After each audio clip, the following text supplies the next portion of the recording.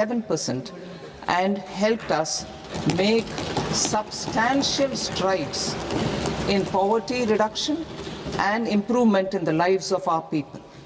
Today, we face an external environment in which trade and multilateralism are imperiled and access to resources and supply chains are disrupted.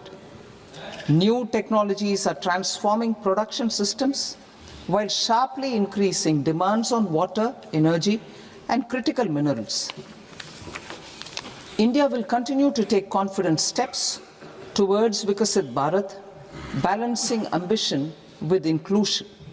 As a growing economy with expanding trade and capital needs, India must also remain deeply integrated with global markets, exporting more and attracting stable long-term investment. As I begin part A, I want to express my gratitude to the people for standing firmly with us as we forge our way together towards becoming one of the largest economies of the world.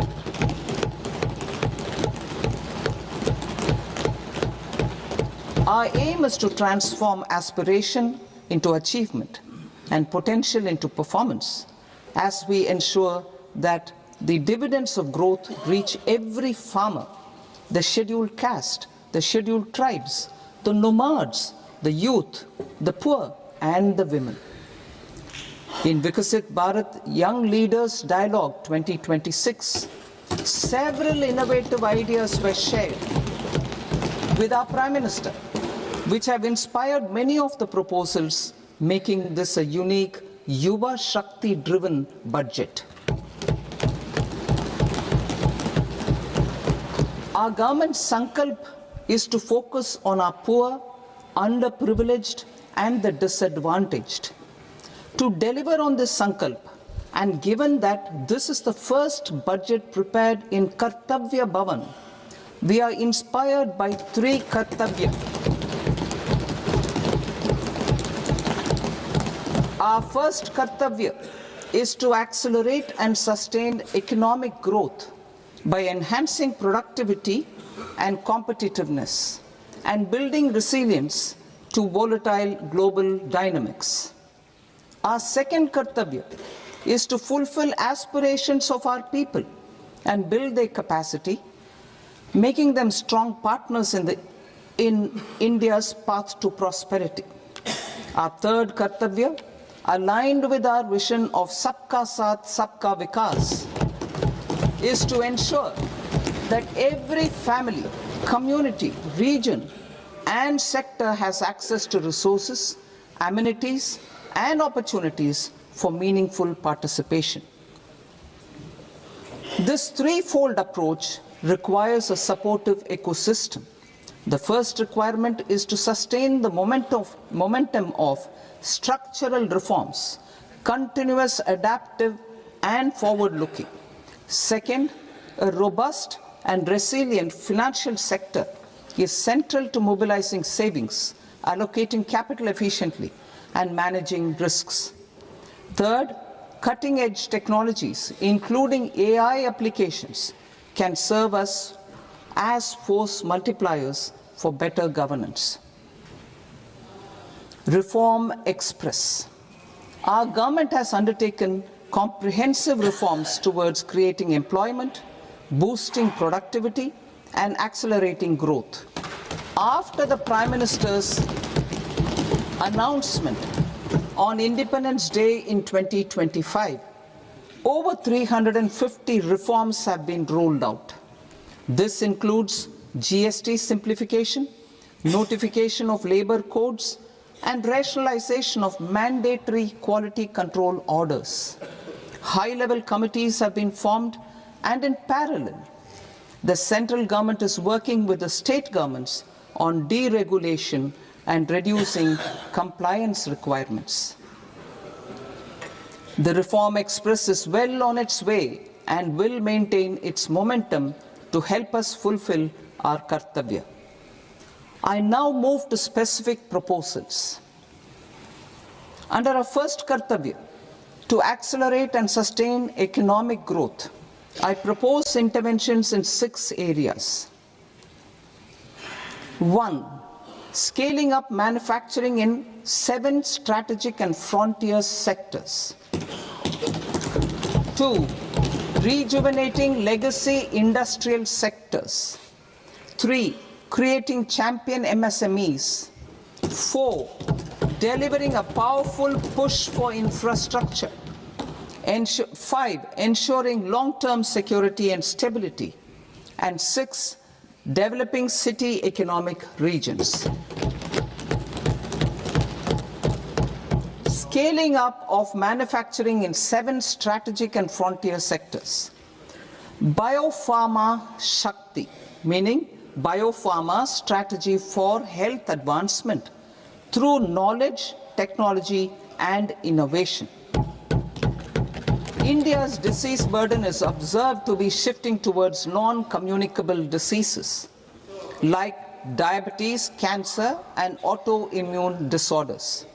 Biologic medicines are key to longevity and quality of life at affordable costs. To develop India as a global biopharma manufacturing hub,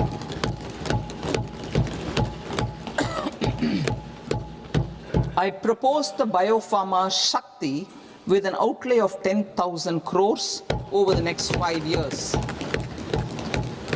This will build the ecosystem for domestic production of biologics and biosimilars. The strategy will include a biopharma-focused network with 3 new national institutes of pharmaceutical education and research, popularly known as NIPERs, and upgrading 7 existing ones. It will also create a network of 1,000 accredited India clinical trials sites. We propose to strengthen the Central Drug Standard Control Organization to meet global standards and approve timeframes through approval timeframes through a dedicated scientific review cadre and specialists. India's Semiconductor Mission 1.0 expanded India's semiconductor sector capabilities. Building on this, we will launch ISM 2.0 to produce equipment and materials, design full-stack Indian IP, and fortify supply chains. We will also focus on industry-led research and training centers to develop technology and skilled workforce. The Electronics Components Manufacturing Scheme, launched in April 2025, with an outlay of 22,919 crores, already has investment commitments at double the targets. We propose to increase the outlay to 40,000 crores to capitalize on this momentum.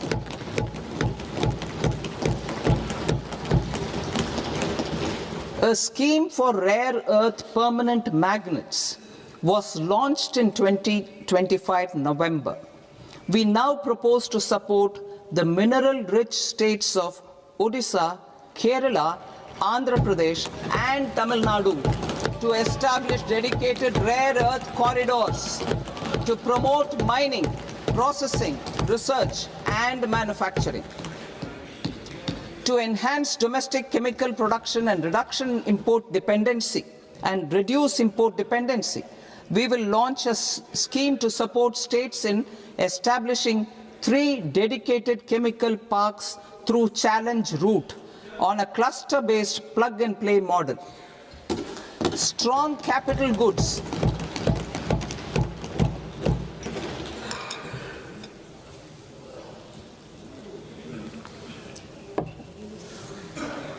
Strong capital goods capability is a determinant of productivity and quality across different sectors. Towards building this capacity, I propose the following.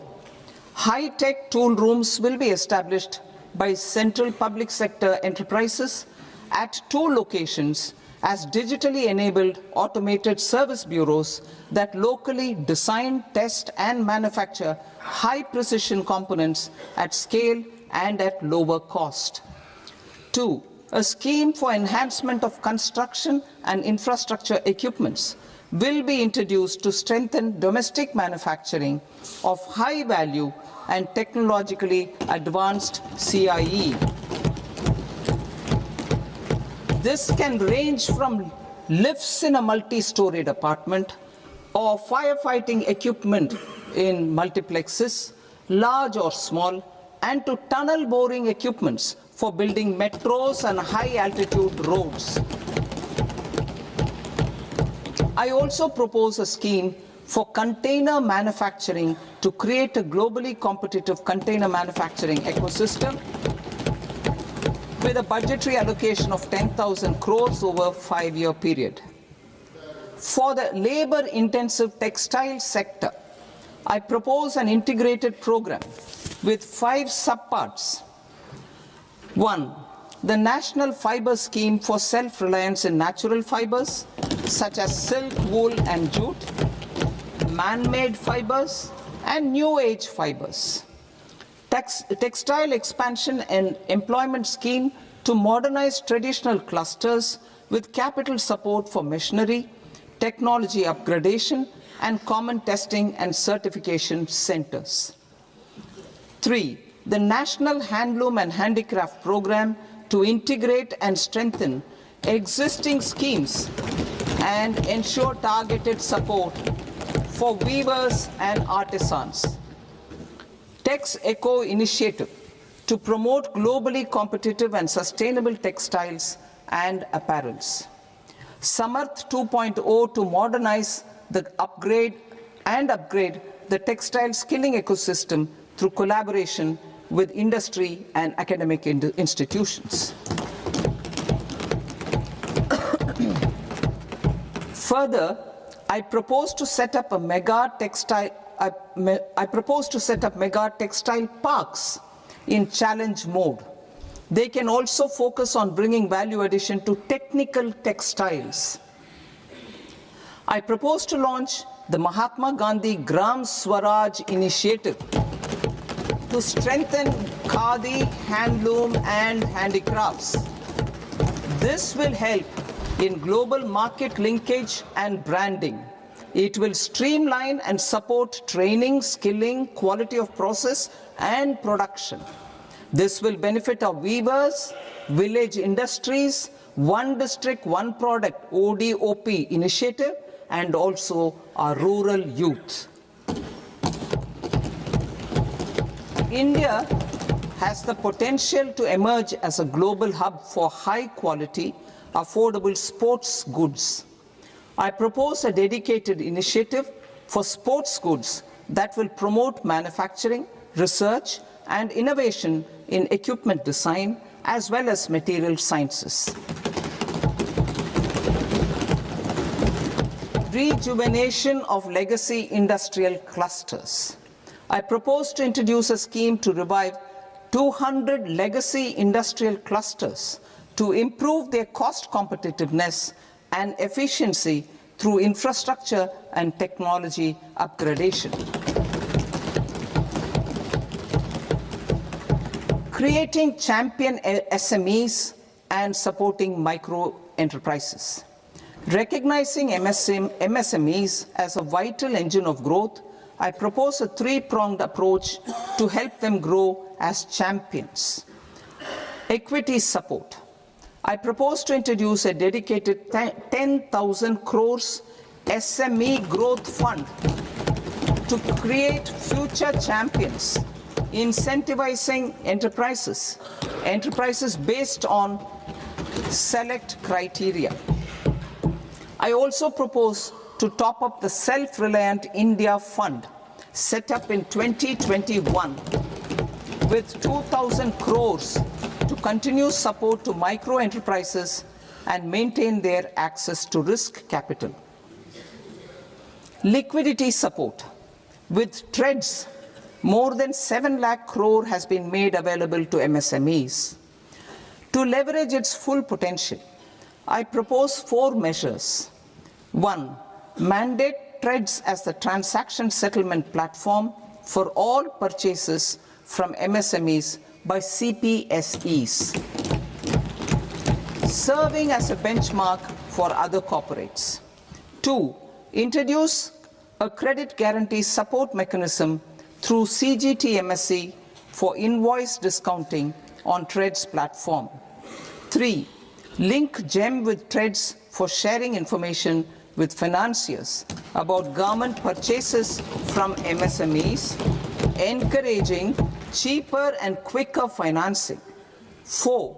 Introduce TREDS receivables as asset-backed securities, helping develop a secondary market, enhancing liquidity and settlement of transactions.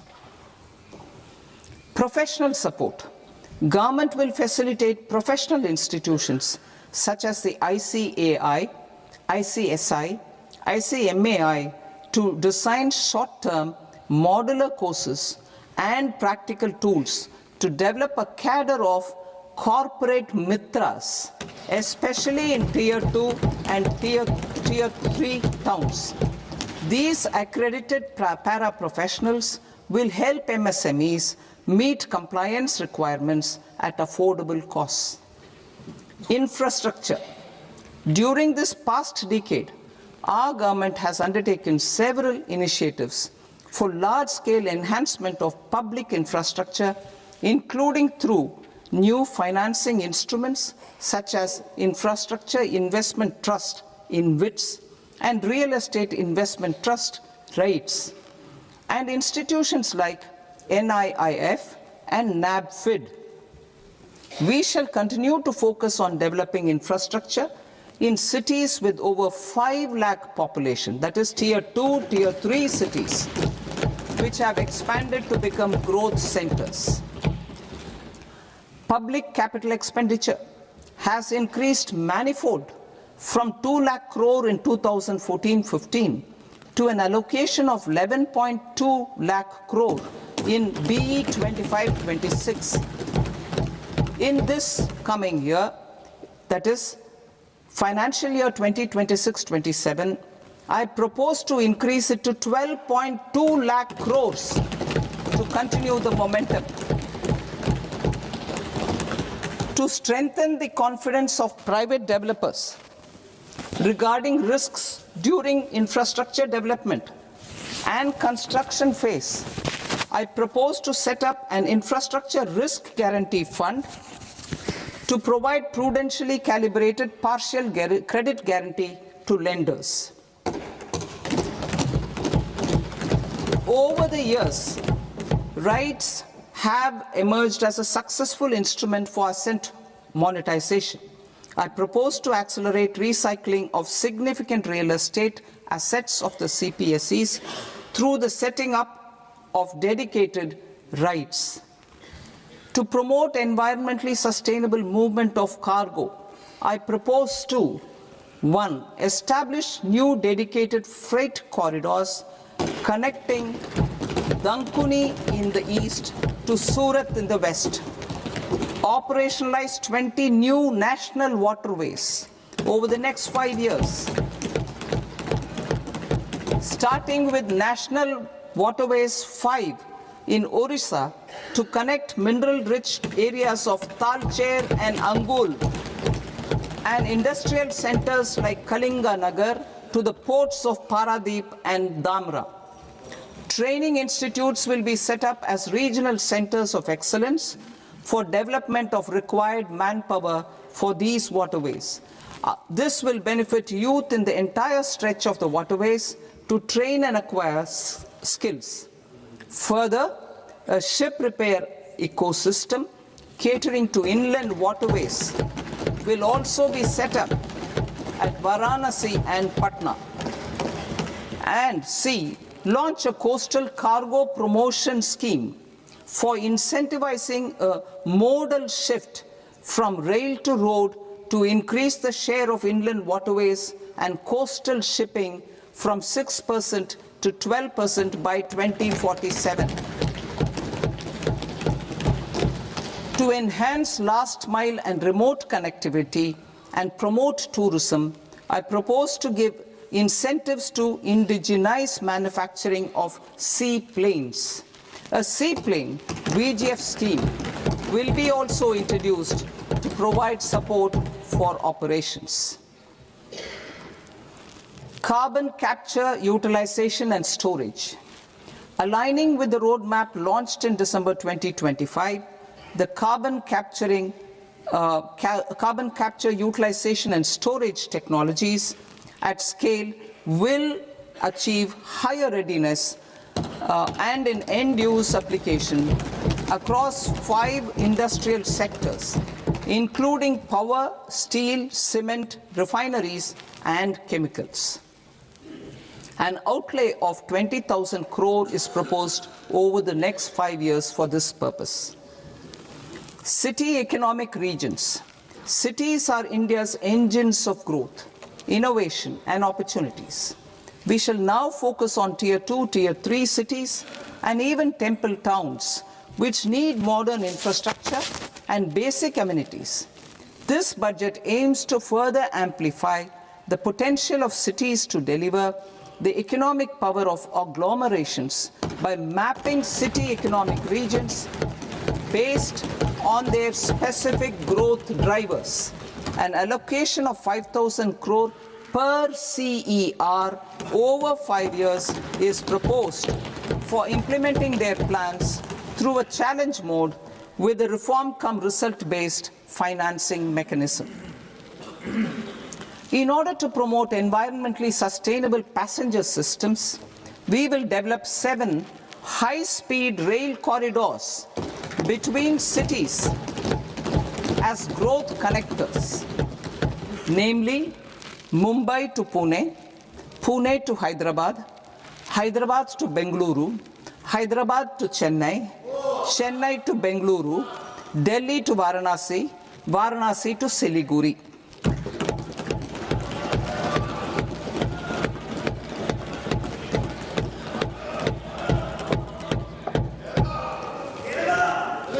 Financial sector. The Indian banking sector today is characterized by strong balance sheet, historic highs in profitability, improved asset quality, and coverage exceeding 98% of villages in the country. At this juncture, we are well placed to futuristically evaluate the measures needed to continue on the path of reform-led growth of this sector. I propose setting up a high-level committee on banking for Vikasit Bharat. High-level committee on banking for Vikasit Bharat to comprehensively review the sector and align it with India's next phase of growth, while safeguarding financial stability, inclusion, and consumer protection. The vision for NBFCs for Vikasit Bharat has been outlined with clear targets for credit disbursement and technology adoption in order to achieve scale and improve efficiency in the public sector NBFCs. As a first step, it is proposed to restructure the Power Finance Corporation and Rural Electrification Corporation. I propose a comprehensive review of the foreign exchange management non-debt instruments rules to create a more contemporary, user-friendly framework for foreign investments consistent with India's evolving economic priorities. Corporate bond market. I propose to introduce a market-making framework with suitable access to funds and derivatives on corporate bond indices. I also propose to introduce total return swaps on corporate bonds. Municipal bonds. To encourage the issuance of municipal bonds of higher value by larger cities, I propose an incentive of 100 crore rupees for a single bond issuance. 100 crore rupees for a single bond issuance of more than 1,000 crore. The current scheme under Amrit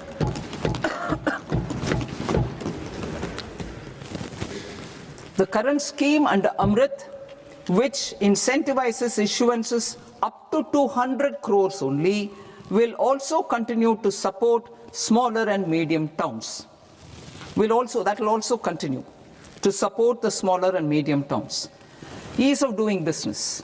Individual persons resident outside India, PROI, will be permitted to invest in equity instruments of listed Indian companies through the Portfolio Investment Scheme.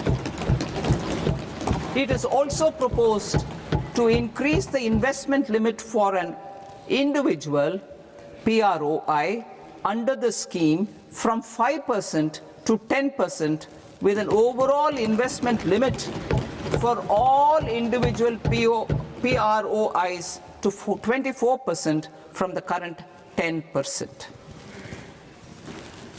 Emerging technologies including AI. 21st century is technology driven. Adoption of technology is for the benefit of all people. Farmers in the field, women in STEM, youth keen to upskill, and Divyangjan to access newer opportunities. The government has taken several steps to support new technologies through AI Mission, National Quantum Mission, Anusandhan National Research Fund, and Research and Development and Innovation Fund. Our second kartavya is to fulfill aspirations and build capacities. Close to 25 crore individuals have come out of multi-dimensional poverty through a decade of our government's sustained and reform-oriented efforts.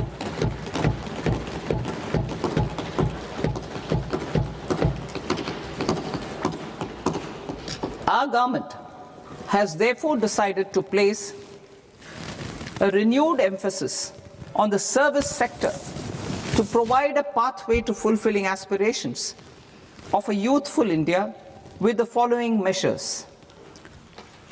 I propose to set up a high-powered education to employment and enterprises standing committee to recommend measures that focus on services sector as a core driver of Vikasit Bharat. This will make us a global leader in services with a 10% global share by 2047. The committee will prioritize areas to optimize the potential for growth, employment, and exports. They will also assess the impact of emerging technologies, including AI, on jobs and skill requirements and propose measures thereof. To create a range of skilled career pathways, a new range of skilled career pathways for our youth, I propose interventions in the following sectors. Health. Existing institutions for allied health professionals will be upgraded and new AHP institutions established in private and government sectors. This will cover 10 selected disciplines, including optometry, radiology, anesthesia, OT technology, applied psychology and behavioral health, and add 1 lakh AHPs over the next 5 years. A strong care system covering geriatric and allied care services will be built. A variety of NSQF aligned programs will be developed to train multi-skilled caregivers, combining core care and allied skills such as wellness, yoga, and operation of medical assistive devices. In the coming year, 1.5 lakh caregivers will be trained.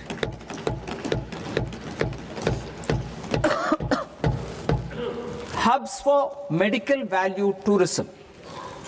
To promote India as a hub for medical tourism services, I propose to launch a scheme to support states in establishing 5 regional medical hubs in partnership with the private sector. These hubs will serve as integrated healthcare complexes that combine medical, educational, and research facilities. They will have Ayush centers, medical value tourism facilitation centers, and infrastructure for diagnostics, post-care, and rehabilitation. These hubs will provide diverse opportunities, job opportunities for health professionals, including doctors and AHPs.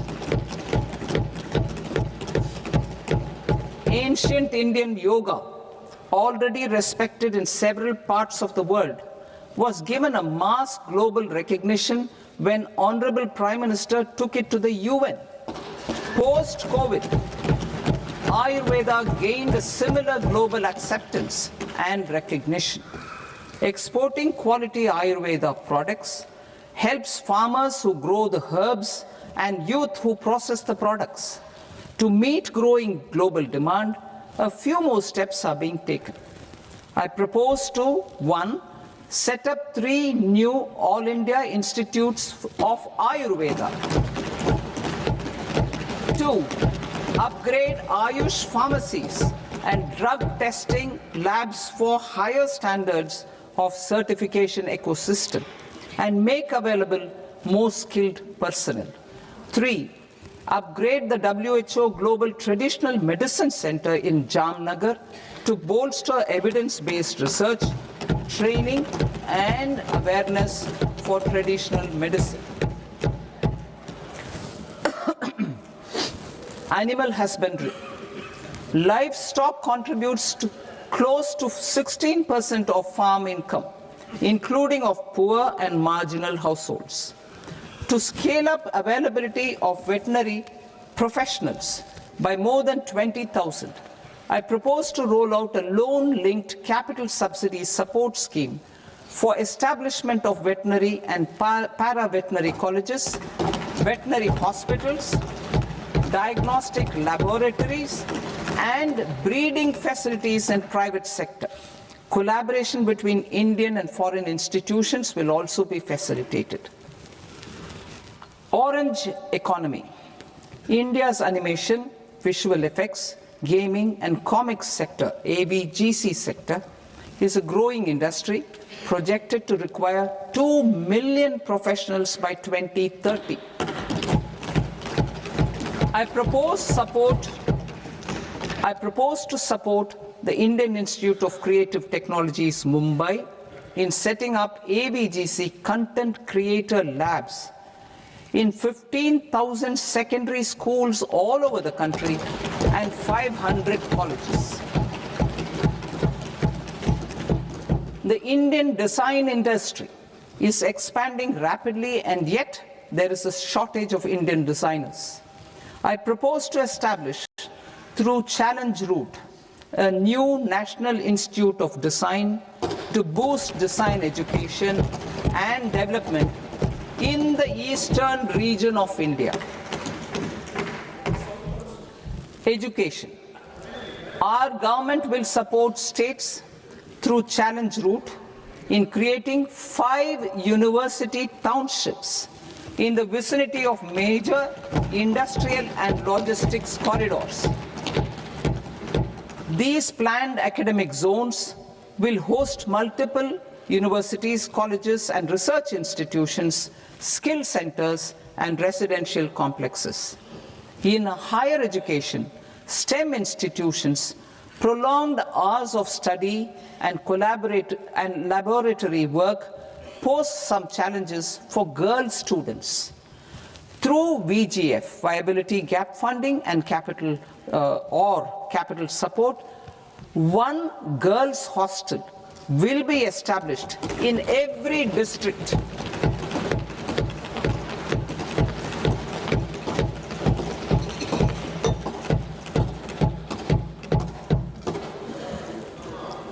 To promote astrophysics and astronomy via immersive experiences, 4 telescope infrastructure facilities will be set up or upgraded.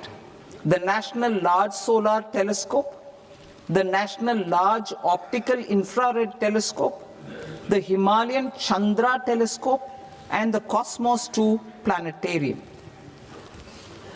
Tourism. The tourism sector has the potential to play a large role in the employment generation, forex earnings, and expanding the local economy. I propose to set up a National Institute of Hospitality by upgrading the existing National Council for Hotel Management and Catering Technology. It will function as a bridge between academia, industry, and government. I also propose a pilot scheme for upskilling 10,000 guides in 20 iconic tourist sites through a standardized, high-quality, 12-week training course in hybrid mode in collaboration with the Indian Institute of Management. A national destination digital knowledge grid will be established to digitally document all places of significance, cultural, spiritual, and heritage. This initiative will create a new ecosystem of jobs for local researchers, historians, content creators, and technology partners. India has the potential and opportunity to offer world-class trekking and hiking experience. We will develop ecologically sustainable mountain trails in Himachal Pradesh, Uttarakhand, and Jammu Kashmir. Also in Araku Valley in the Eastern Ghats and Podigai Malai in the Western Ghats. Turtle trails along key nesting sites in the coastal areas of Odisha, Karnataka, and Kerala. And 3 bird watching trails along the Pulikat Lake in Andhra Pradesh, Tamil Nadu. It's on the border. Under the visionary leadership of Honorable Prime Minister, we established the International Big Cat Alliance in 2024. This year, India is hosting the first ever Global Big Cat Summit, where heads of governments and ministers from 95 range countries will deliberate on collective strategies for conservation. Heritage and culture tourism. I propose to develop 15 archaeological sites, including Lothal, Dolavira, Rakhi Gadi, Adichanallur, Saranath, Hastinapur, and Leh Palace into vibrant experiential cultural destinations. Excavated landscapes will be open to the public through curated walkways. Immersive storytelling skills and technologies will be introduced to help conservation labs, interpretation centers, and guides. The sports sector provides multiple means of employment, skilling, and job opportunities. Taking forward the systematic nurturing of sports talent, which is set in motion through the Khelo India program earlier, I propose to launch a Khelo India mission to transform the sports sector over the next decade. The mission will facilitate an integrated talent development pathway supported by training centers, which are foundational, intermediate, and elite levels. B, systematic development of coaches and support staff. C, integration of sports science and technology. D, competitions and leagues to promote sports culture and provide platforms. And E, development of sports infrastructure for training and competition. Our third Kartavya aligns with our vision of Sabka Saath, Sabka Vikas towards Vikasit Bharat. This requires targeted efforts for 1, increasing farmer incomes through productivity enhancement and entrepreneurship, with special attention to small and marginal farmers. B, empowering Divyangjan through access to livelihood opportunities, training, and high-quality assistive devices. C, empowering the vulnerable to access mental health and trauma care. D, focus on the Purvodaya states and the Northeast region to accelerate development and employment opportunities. Fisheries. We will undertake initiatives for integrated development of 500 reservoirs and Amrit Sarovars. 2. Strengthen the fisheries value chain in coastal areas and enable market linkages involving startups and women-led groups together with fish farmer producer organizations. Animal husbandry. To provide quality employment opportunities in rural and peri-urban areas, we will support the animal husbandry sector in entrepreneurship development through A credit-linked subsidy program, B, scaling up and modernization of livestock enterprises, C, enhanced creation of livestock, dairy and poultry, enhanced creation of livestock, dairy and poultry focused integrated value chains, and D, encourage creation of livestock farmer producer organizations. High value agriculture.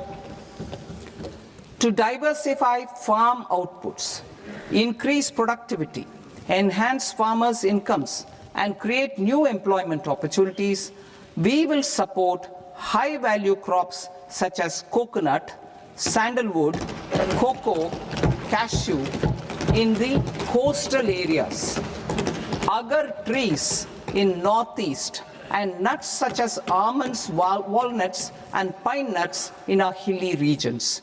These, all of them, will be supported. India is the world's largest producer of coconuts. About 30 million people, including nearly 10 million farmers, depend on coconuts for their livelihood. To further enhance competitiveness in coconut production, I propose a coconut promotion scheme to increase production and enhance productivity through various interventions, including replacing and non-productive trees with new saplings or plants or varieties in major coconut growing states. A dedicated program is proposed for Indian cashew and cocoa to make India self-reliant in raw cashew and coconut production and processing, enhance export competitiveness, and transform Indian cashew and Indian cocoa into premium global brands by 2030. Sandalwood. Sandalwood is closely linked to India's social and cultural heritage.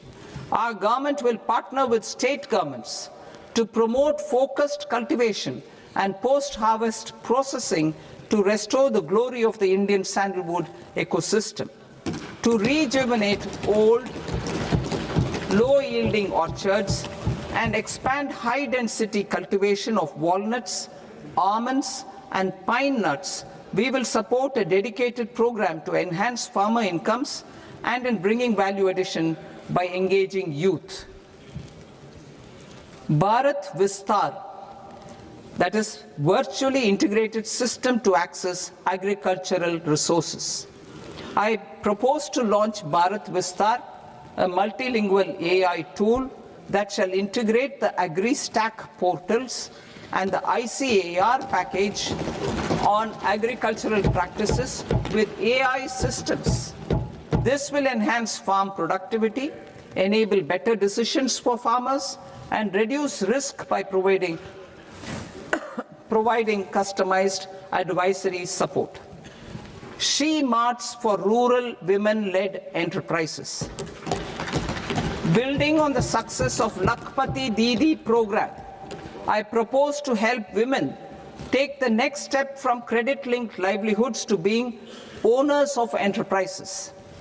Self-help entrepreneur, She-Marts will be set up as community-owned retail outlets within the cluster-level federations through enhanced and innovative financing instruments. Empowering Divyangjan. Divyangjan Kaushal Yojana.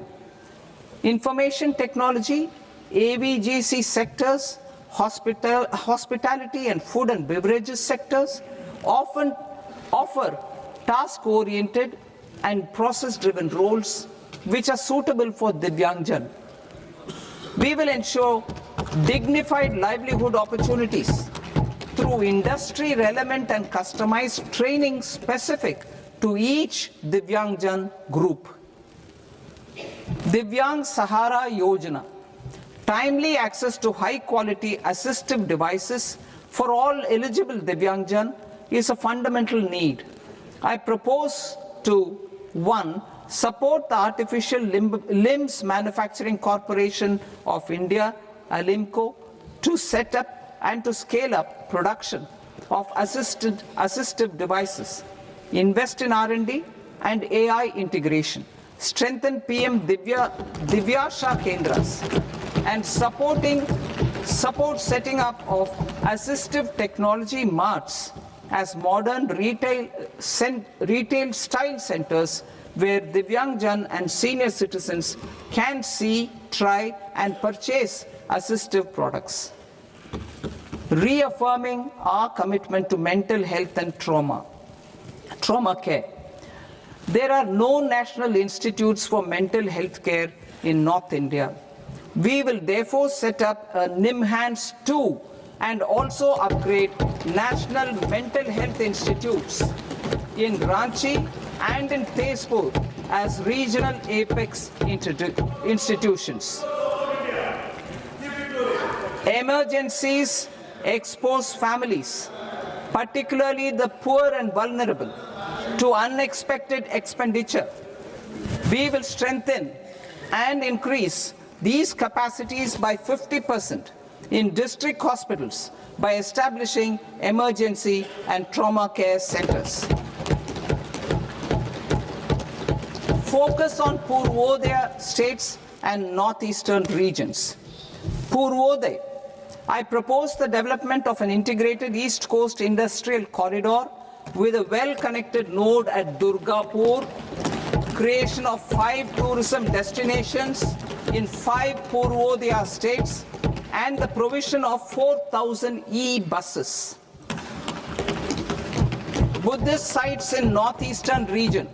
The northeastern region is a civilizational confluence of Theravada and Mahayana or Vajrayana traditions. I propose to launch a scheme for development of Buddhist circuits in Arunachal Pradesh, Sikkim, Assam, Manipur, Mizoram, and Tripura. The scheme will cover preservation of temples and monasteries, pilgrimage interpretation centers, connectivity, and pilgrim amenities. 16th Finance Commission. On 17th November 2025, the 16th Finance Commission submitted its report to the President. As mandated under Article 281 of the Constitution, the government is to lay the report along with the explanatory memorandum on the action taken report on the recommendations of the Commission in Parliament, which, Sir, Honourable Speaker, you've allowed me to do at the commencement of this session. The government has accepted the recommendation of the Commission to retain the vertical share of devolution at 41%. As recommended by the Commission, I have provided 1.4 lakh crores of rupees to the states for the year 2026-2027 as Finance Commission grants. These include rural and urban local body and disaster management grants. Fiscal consolidation. Government has been delivering on our fiscal commitments consistently without compromising on social needs.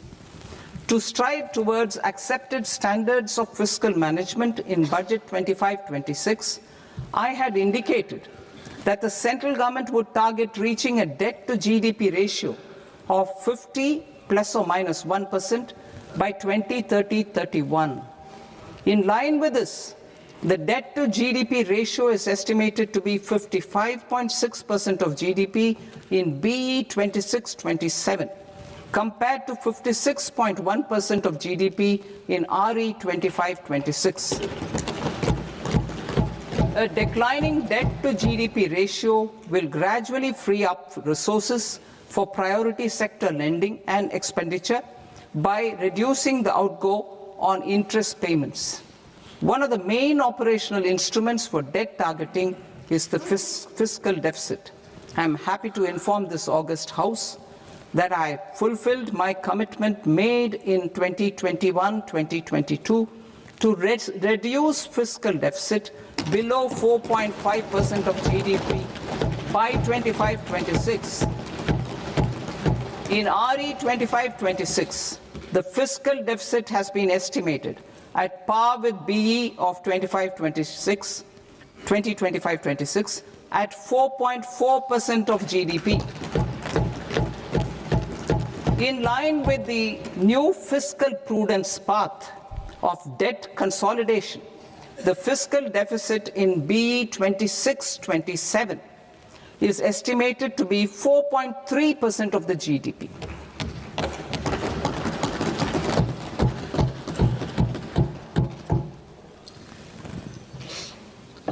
The revised estimates of the non-debt receipts are 34 lakh crore rupees, of which the centre's net tax receipts are 26.7 lakh crore.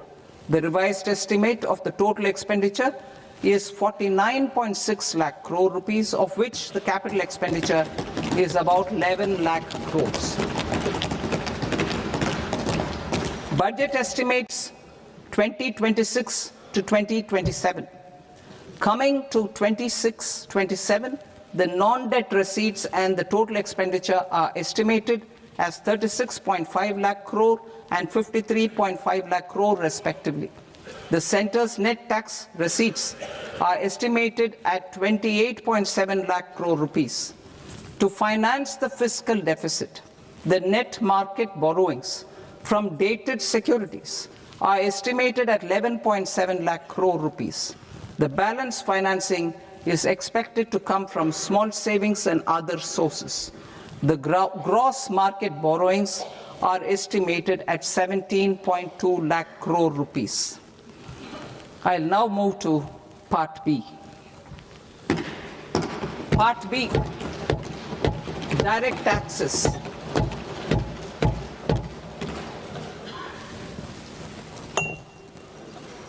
Honorable Speaker, sir, I now present my proposals on direct taxes. New Income Tax Act. In July 2024, I announced a comprehensive review of the Income Tax Act 1961. This was completed in a record time, and the Income Tax Act 2025 will come into effect from 1st April 2026. The simplified income tax rules and forms will be notified shortly, giving adequate time to taxpayers to acquaint themselves with its requirements. The forms have been redesigned such that ordinary citizens can comply without difficulty. Ease of living. I propose that any interest awarded by the Motor Accident Claims Tribunal to a natural person will be exempt from income tax, and any TDS on this account will be done away with. I propose to reduce TCS rate on the sale of overseas tour program package from the current 5% and 20% to 2% without any stipulation of amount.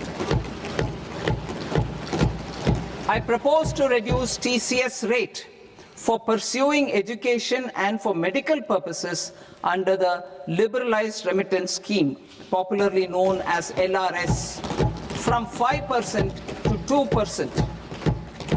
Supply of manpower services is proposed to be specifically brought within the ambit of payment to contractors for the purpose of TDS to avoid ambiguity. Thus, TDS on these services will be at the rate of either 1% or 2% only.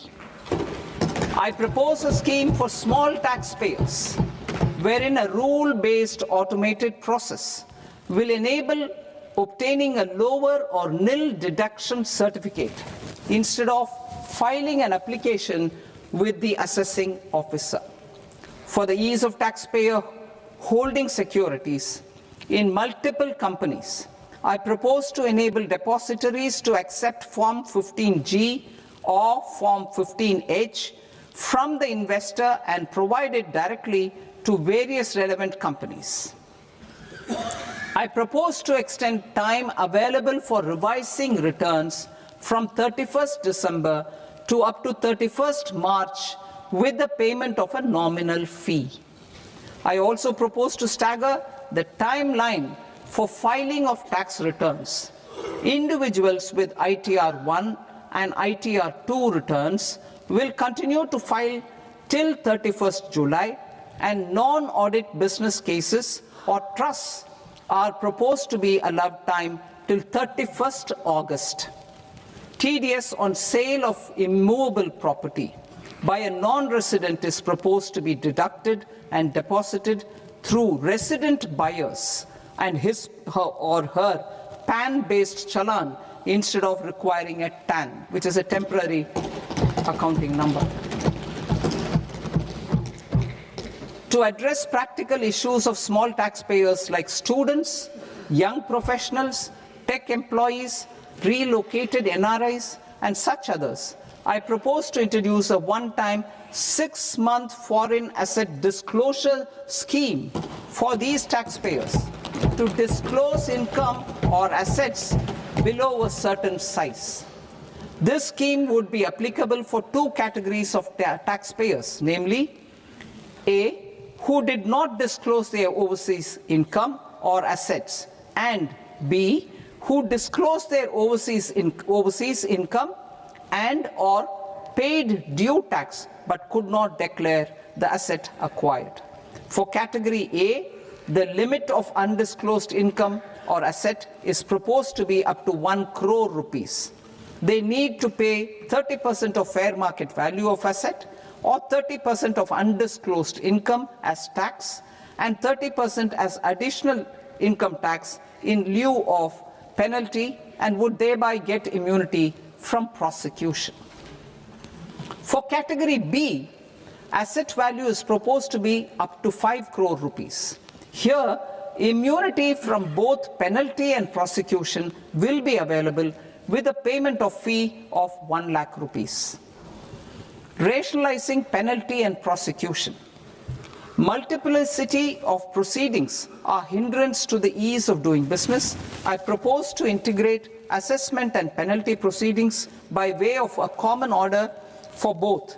There will be no interest liability on the taxpayer on the penalty amount for the period of appeal before the first appellate authority, irrespective of the outcome of appeal process. Further, quantum of prepayment is being reduced from 20% to 10% and will continue to be calculated only on core tax demand. As an additional measure for reducing litigation, I propose to allow taxpayers to update their returns even after reassessment proceedings have been initiated, and an additional 10% tax rate over and above the rate applicable for the relevant year. The assessing officer will then use only this updated return in his proceedings. There is already a framework for immunity from penalty and prosecution in the cases of underreporting. I propose to apply this framework for immunity to misreporting too. However, in such a case, the taxpayer will need to pay 100% of the tax amount as an additional income tax over and above the tax and interest due. Penalties for certain technical defaults, such as failure to get accounts audited, non-furnishing of transfer pricing audit report, and default in furnishing statement for financial transactions are proposed to be converted into fee.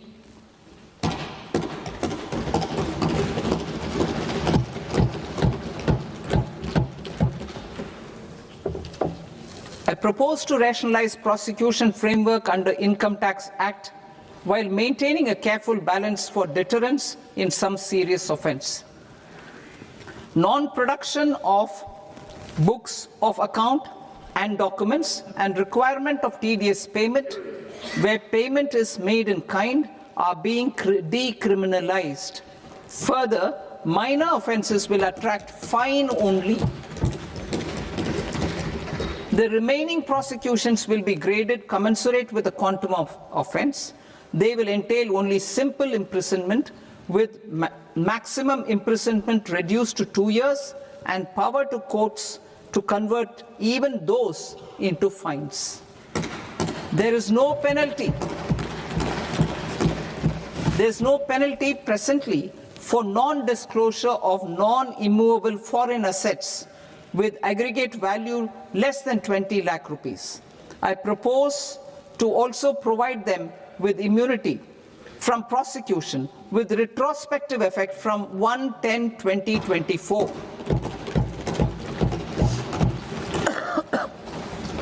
Cooperatives. Deduction is already allowed to a primary cooperative society engaged in supplying milk, oilseeds, fruits or vegetables raised or grown by its members. I propose to extend this deduction to also include supply of cattle feed and cotton seed produced by its members. I propose to allow inter-cooperative society dividend income as deduction under the new tax regime to the extent it is further distributed to its members. I further propose to allow exemption for a period of 3 years to dividend income received by a notified national cooperative federation on their investments made in companies up to 31/1/2026. This exemption would be allowed only for dividends further distributed to its member cooperatives. Supporting IT sector as India's growth engine. India is a global leader in software development services, IT-enabled services, knowledge process outsourcing services, and contract R&D services relating to software development. These businesses and their segments are quite interconnected with each other. All these services are proposed to be clubbed under a single category of information technology services with a common safe harbor margin of 15.5% applicable to all. The threshold for availing safe harbor for IT services is being enhanced substantially from 300 crore rupees to 2,000 crore rupees. Safe harbor for IT services shall be approved by an automated rule-driven process without any need for tax officer to examine and accept the application. Once applied by an IT services company, the same safe harbor can be continued for a period of 5 years at a stretch at its choice. For IT services companies who want to conclude advanced pricing agreement, APA, I propose to fast-track unilateral APA process for IT services and endeavor to conclude it within a period of 2 years. The period of 2 years can be extended by a further period of 6 months on taxpayers' request. I propose to extend the facility of modified returns available to the entity entering APA to its associated entities also. Attracting global business and investment.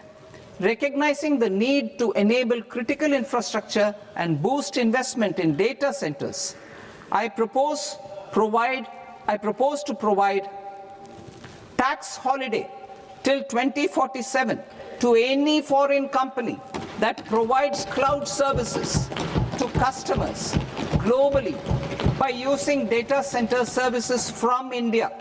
It will, however, need to provide services to Indian customers through an Indian reseller entity. I also propose to provide a safe harbor of 15% on cost in case the company providing data center services from India is a related entity. To harness the efficiency of just-in-time logistics for electronic manufacturing, I propose to provide safe harbor to non-residents for component warehousing in a bonded warehouse at a profit margin of 2% of the invoice value. The resultant tax of about 0.7% will be much slower than in competing jurisdictions. To provide fillip to toll manufacturing in India, I propose to provide exemption from income tax for 5 years to any non-resident who provides capital goods, equipment or tooling to any toll manufacturer in a bonded zone. To encourage vast pool of global talent to work in India for a longer period of time, I propose to provide exemption to global, non-India sourced income of a non-resident expert for a stay period of 5 years under notified schemes. I propose to provide exemption from minimum alternate tax, the MAT, to all non-residents who pay tax on presumptive basis. Tax administration. I propose to constitute a joint committee of Ministry of Corporate Affairs and Central Board of Direct Taxes for incorporating the requirements of income computation and disclosure standards, the ICDS, in the Indian Accounting Standards Ind AS itself. Separate accounting requirement based on ICDS will be done away with from the tax year 27-28. To support Prime Minister Modi's vision of homegrown accounting and advisory firms to become global leaders, I propose to rationalize the definition of accountant for the purposes of safe harbor rules. Other tax proposals. Change in taxation of buyback was brought in to address the improper use of buyback route by promoters. In the interest of minority shareholders, I propose to tax buyback for all types of shareholders as capital gains.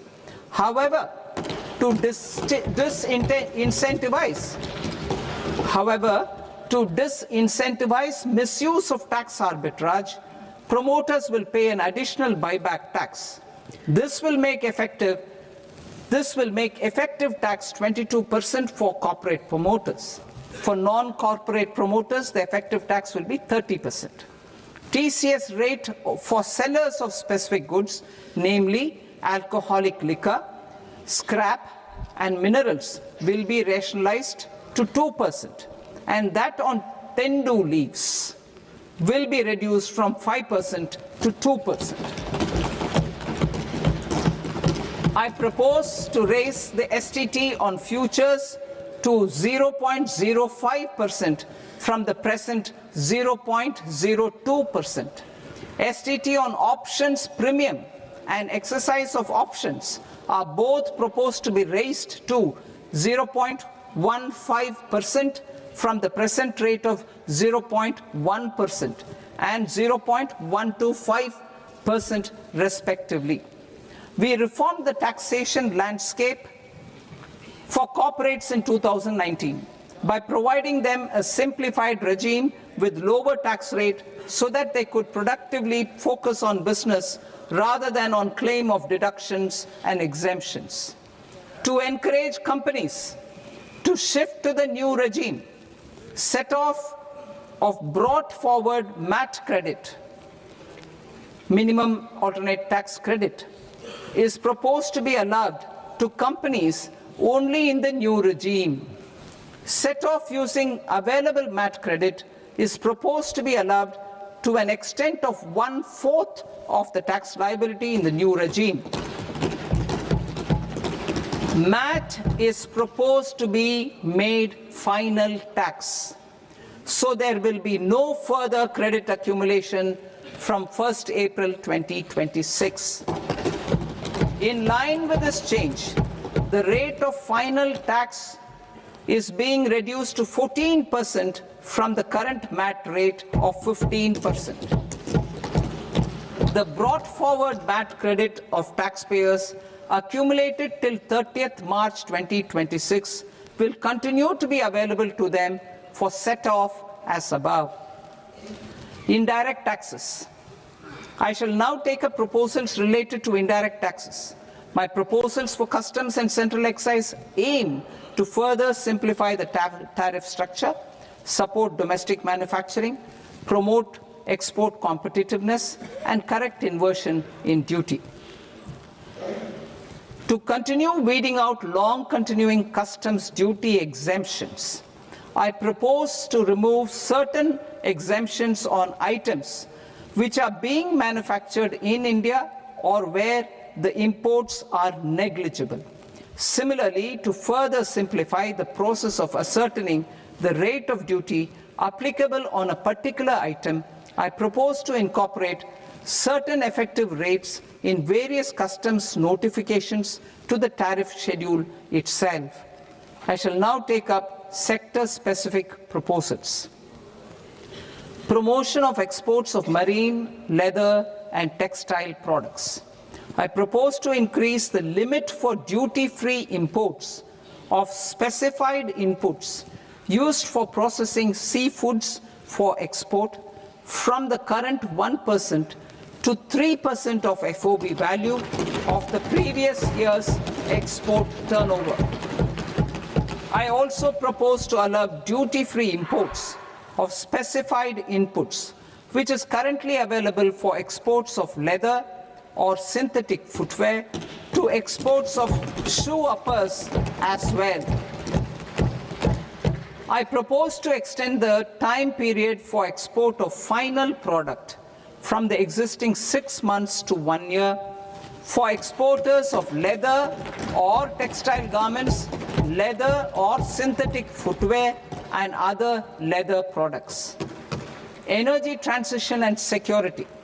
I propose to extend the basic customs duty exemption given to capital goods used for manufacturing lithium-ion cells for batteries to those used for manufacturing lithium-ion cells for battery energy storage systems also. I propose to exempt basic customs duty on import of sodium antimonate for use in manufacture of solar glass. Nuclear power. I propose to extend the existing basic customs duty exemption on imports of goods required for nuclear power projects till the year 2035 and expand it for all nuclear plants irrespective of their capacity. Critical minerals. It is proposed to provide basic customs duty exemption to the import of capital goods required for the processing of critical minerals in India. Biogas blended CNG. I propose to exclude the entire value of biogas while calculating the central excise duty payable on biogas blended CNG. Civil and defense aviation. I propose to exempt basic customs duty on components and parts required for the manufacture of civilian training and other aircrafts. It is proposed to exempt basic customs duty on raw materials imported for the manufacture of parts of aircraft to be used in maintenance, repair, or overall requirements by units in the defense sector. Electronics. To deepen value addition in the consumer electronics sector, I propose to exempt basic customs duty on specified parts used in the manufacture of microwave ovens. Special economic zone. To address the concerns arising about utilization of capacity by manufacturing units in the special economic zones due to global trade disruptions, I propose as a special one-time measure to facilitate sales by eligible manufacturing units in SEZs to the domestic tariff area at concessional rates of duty. The quantity of such sales will be limited to a prescribed proportion of their exports. Necessary regulatory changes will be undertaken to operationalize the measures while ensuring level playing field for the units working in the DTA. Ease of living. To rationalize the customs duty structure for goods imported for personal use, I propose to reduce the tariff rate on all dutiable goods imported for personal use from 20% to 10%. To provide relief to patients, particularly those suffering from cancer, I propose to exempt basic customs duty on 17 drugs or medicines. I propose also to add 7 more rare diseases for the purposes of exempting import duties on personal imports of drugs, medicines, and food for special medical purposes used in their treatment. Customs process. India's role and share in the global trade is poised for a major leap in line with our ambition and journey towards Vikasit Bharat. In this regard, I propose many measures for custom processes to have minimal intervention for smoother and faster movement of goods and greater certainty to the trade. Trust-based systems. I propose to enhance duty deferral period for Tier 2 and Tier 3 authorized economic operators, known as AEOs, from 15 days to 30 days. I propose to provide eligible manufacturer importers the same duty deferral facility. This should encourage them to get themselves accredited as a full-fledged Tier 3 AEO in due course. To provide greater certainty and for better business planning, I propose to extend validity period of advance ruling binding on customs from the present 3 years to 5 years. In the spirit of the whole of government approach,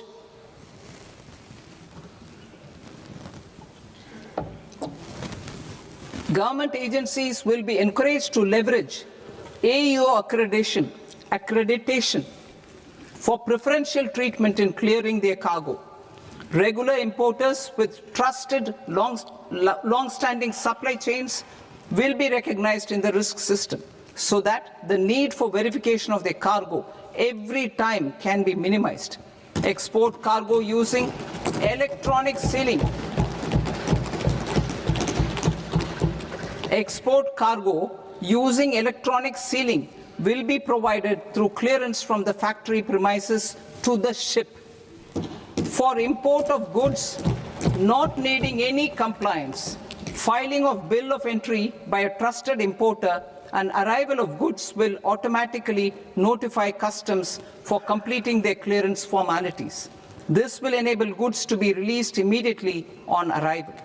The customs warehouse framework will be transformed into a warehouse operator-centric system with a self-declarations, electronic tracking, and risk-based audit.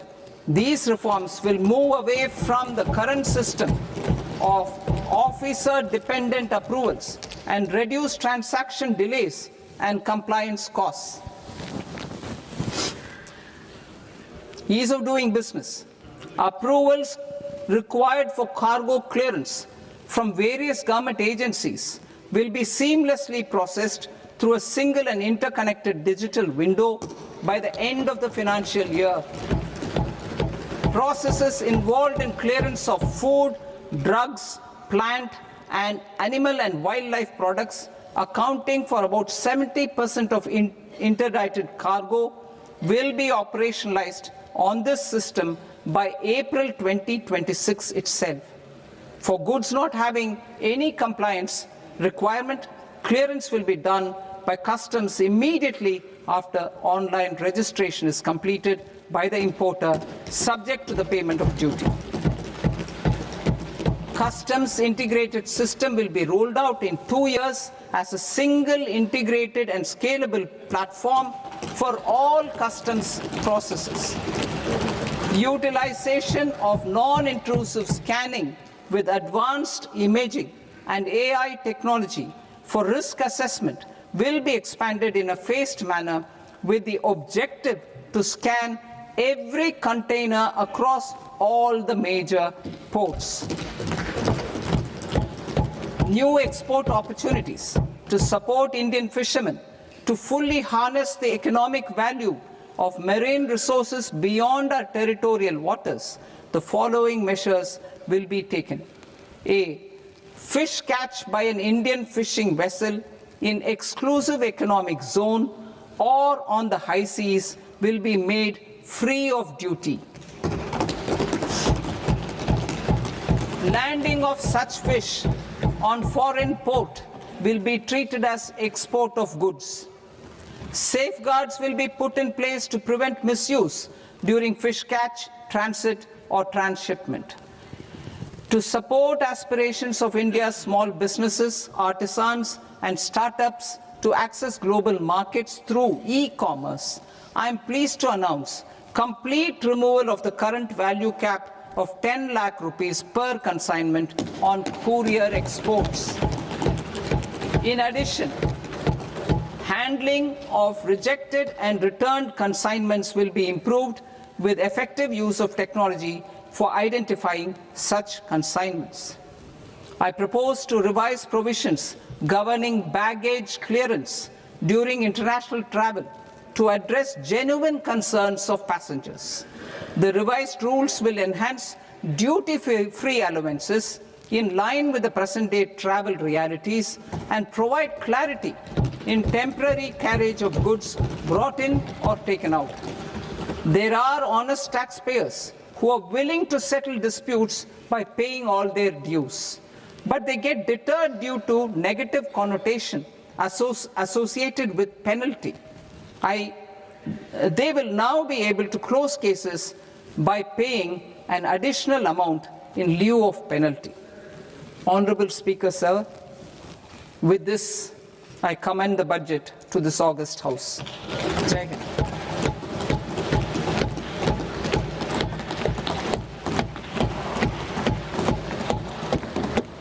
One and a half hours.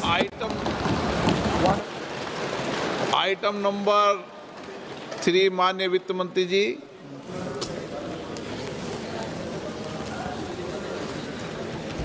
Item number 2, sir. 3. Sir, with your permission, I rise to lay on the table of the following statements under Section 3(1) of the Fiscal Responsibility and Budget Management Act of 2003. Medium-term fiscal policy cum fiscal policy strategy statement and macroeconomic framework statement. Item number 4 माननीय वित्त मंत्री जी। Sir, with your permission, I move for leave to introduce the Finance Bill 2026. प्रश्न ये कि विधेयक को पुनर्स्थापित करने की अनुमति प्रदान की जाए। जो सदस्य इस पक्ष में हाँ गए, जो सदस्य विरोध में ना गए, मेरे विचार में निर्णय हाँ वालों के पक्ष में हाँ वालों के पक्ष में अनुमति प्रदान की जाती है। माननीय मंत्री जी, अब विधेयक पूरे स्थापित करें। Sir, I introduce the bill. माननीय सदस्य, आपको सूचित किया जाता है कि माननीय वित्त मंत्री जी के बजट भाषण की कॉपी पब्लिकेशन काउंटर पर ली जाती है। बजट भाषण और बजट से संबंधित दस्तावेज आपके मोबाइल फोन और मेंबर पोर्टल्स पर ही उपलब्ध है। सभा की कार्रवाई कल सोमवार दिनांक 2 फरवरी 2026 को प्राप्त 11 बजे तक के लिए स्थगित की जाती है।